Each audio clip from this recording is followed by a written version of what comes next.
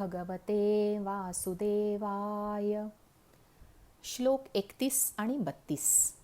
स्वधर्ममपि चावेक्ष्य न विकम्पितुमर्हसि धर्म्याद्धियुद्धात् श्रेयोऽन्यत् क्षत्रियस्य न विद्यते यदृच्छया चोपपन्नं स्वर्गद्वारमपावृतं सुखिनः क्षत्रियाः पार्थ लभन्ते युद्धमीदृशम्.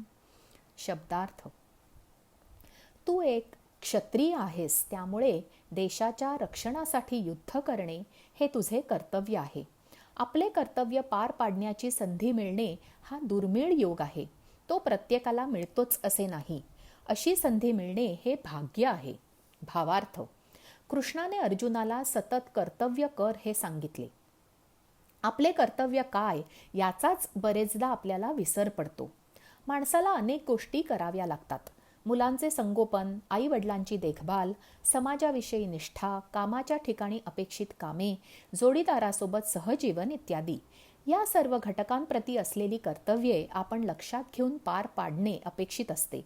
या सर्व आघाड्यांवर लढावे लागते. स्वकेंद्रित आयुष्य फक्त अस्वास्थ्य आणि बेचैनी देते. जर काम पार पाडताना आपण दमत असू तर असा विचार करूया की ज्या कोणाचा त्रास वाटत असेल ते नाते आपल्याला आहे. समजा बॉसचा राग येत असेल तर याचा अर्थ की आपल्याला नोकरी आहे. कोणत्याही गोष्टीला दोन बाजू असतात. म्हणजे फक्त त्रास नसतो, फायदाही असतोच. चांगली बाजू विचारात घेतली की मग त्रास सहन करणे सोपे जाते. सृष्टीचा नियम आहे, जितके काही नकारात्मक आहे तितकेच सकारात्मकही आहे. शेजाऱ्याचा त्रास असेल तर मुळात आपल्याला घर तर आहे. खरं सांगायचं तर आपल्याला या जबाबदाऱ्या पार पाडण्यासाठी पैसे, शक्ती मिळते, किंबहुना कर्तव्य करण्यासाठीच ते दिलेले असते. आपण करतो हा आपला भ्रम आहे. त्या लोकांच्या भाग्यामुळे आपल्याला सुबत्ता येते. आपण त्यांच्याविषयी कृतज्ञ राहायला हवे. हे समजायला हवे की परमेश्वर आपल्याकडून करवून घेतो. त्रास असला, आपल्या मनाविरुद्ध असले तरी यातच आपले हित असते. उजळण्यासाठी सोन्यालाही अग्निदिव्यातून जावे लागतेच. लोखंड घाव सोसते तेव्हाच पोलाद बनते. कणखर होण्यासाठी त्रासच सहन करावा लागतो. दुसऱ्याचे मन जपावे लागते. भावना समोरच्याच्या समजून घ्याव्या लागतात. समजा आपण आपले कर्तव्य टाळले तर त्रास वाचेलही कदाचित, पण त्यामुळे होणारे फायदेही मिळणार नाहीत. प्रत्येक गोष्टीत एक कार्यकारण भाव असतो. तो पटकन उलगडत नाही. म्हणून तर म्हणतात, देवाच्या काठीचा आवाज नसतो. आपण जसे वागू तसे आपल्याला फळ मिळते. काय केल्याने काय होते ते आपल्याला वाटते तसे नसते. म्हणून देवाला साक्षी ठेवून नीट वागावे. प्रत्येक गोष्टीची नोंद होते. त्याचा न्याय वेगळा असतो. आपल्याला वाटतं की मला आवडत नाही म्हणून मी गोष्ट एखादी करणार नाहीये. मला त्रास होईल म्हणून करणार नाही. समोरच्याला किंमत नाही म्हणून करणार नाही. हा विचार चुकीचा आहे. प्राप्त परिस्थितीत जे करणे अपेक्षित आहे ते करायचे. आपले अंतर्मन आपल्याला योग्य काय ते नक्की सांगते. विमोह त्यागुण कर्मफलांचा सिद्ध होई पार्था, कर्तव्याने घडतो माणूस जाणून पुरुषार्था. म्हणून कर्तव्य करत रहा. श्लोक 33 ते 36. अथ चेत्त्वमिमं धर्म्यं संग्रामं न करिष्यसि ततः स्वधर्मं कीर्तिं च हित्वा पापमवाप्स्यसि. अकीर्तिं चापि भूतानि कथयिष्यन्ति ते व्ययाम्. संभावत्वितस्य चाकीर्तिर्मरणादतिरिच्यते.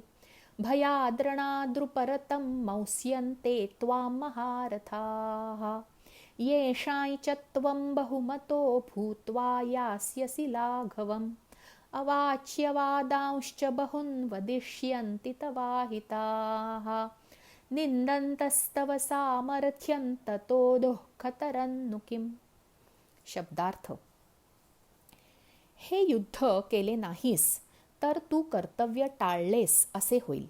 यामुळे तुझीच बदनामी होईल आणि ते सहन करणे तुलाच त्रासदायक होईल. सर्व लोक तुझी सतत निंदा करतील, जी सहन करणे तुला शक्य होणार नाही. कारण कोणत्याही थोर माणसाला स्वतःच्या अपकीर्तीपेक्षा मरण बरे असे वाटते. युद्ध टाळल्यामुळे तुला सर्व भेकड समजतील. ते तुला आदर देत होते तेही तुला कमी लेखतील. इतकेच काय, तुझे शत्रूही तुझ्याविषयी अपशब्द बोलतील. कर्तव्य न करणारा भ्याड म्हणून गणना होणे हे एका शूरासाठी दुःखदायक आहे. भावार्थ: युद्धाच्या वेळी राजीनामा देणे म्हणजे आयुष्य व्यर्थ गेल्यासारखे आहे. आपण शिकत असतो, खूप अभ्यास करतो, पण ऐन परीक्षेच्या वेळी वाटतं आपल्याला काही आठवत नाही, परीक्षा देऊ नये. पण शिकतो, नोकरी करायला लागतो, त्या नोकरीत अनेक त्रासदायक प्रसंग येतात, अपमान होतो, तेव्हा वाटतं सोडून द्यावी नोकरी. लग्न केलं, सुरुवातीला सगळं छान असतं, पण वादाचे प्रसंग वारंवार आले की वाटतं मोडून टाकावा संसार. शिक्षण नको, नोकरी नको, संसार नको, मूल नको, पालकांची जबाबदारी नको, समाजाची सेवा नको, असे कधीतरी वाटलं तर ठीक, पण असे वाटणारे दोषी आहेत आणि हे मान्य करणारे जास्त दोषी आहेत.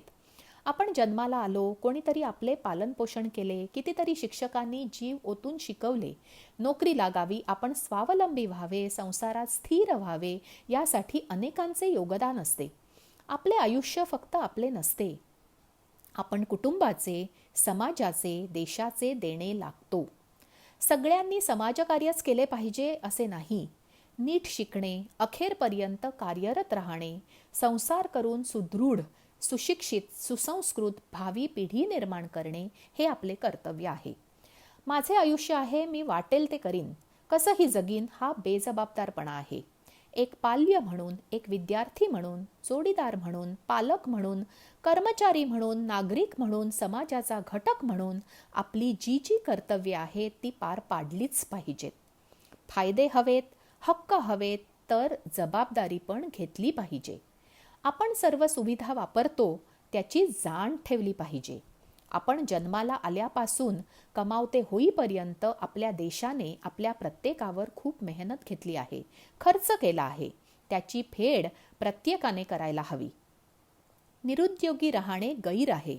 तुमच्यावर, तुमच्या ज्ञानावर, बुद्धीवर तुमच्या समाजाचा, देशाचा हक्क आहे. आपल्या देशाला स्वातंत्र्य मिळावे म्हणून कित्येकांनी संसाराची होळी केली. त्या देशाला विकसित, प्रगत करण्यासाठी, प्रत्येक क्षेत्रात अग्रेसर करण्यासाठी प्रयत्न करणे ही स्वतंत्र भारताच्या नागरिकांची म्हणजे आपली जबाबदारी आहे. नुसतं छान नाही म्हणून उपयोग नाही, छान करायला हवं. स्वतःच्या आयुष्यात ठाम उभं राहायला हवं. अडचणींवर मात करायला हवी. नाहीतर आपल्या हुशारीचा, ज्ञानाचा, शक्तीचा उपयोग काय? कच खाता कामा नये. धीर धरला पाहिजे, कार्यरत राहिलं पाहिजे. आराम हराम आहे कोणत्याही वयात. लहान मुलांपासून ज्येष्ठ लोकांपर्यंत प्रत्येकाने स्वावलंबी होऊ, उपयोगी होऊ, कामात राम आहे तो शोधू. आजचे निरूपण इतकेच. जय श्री कृष्ण.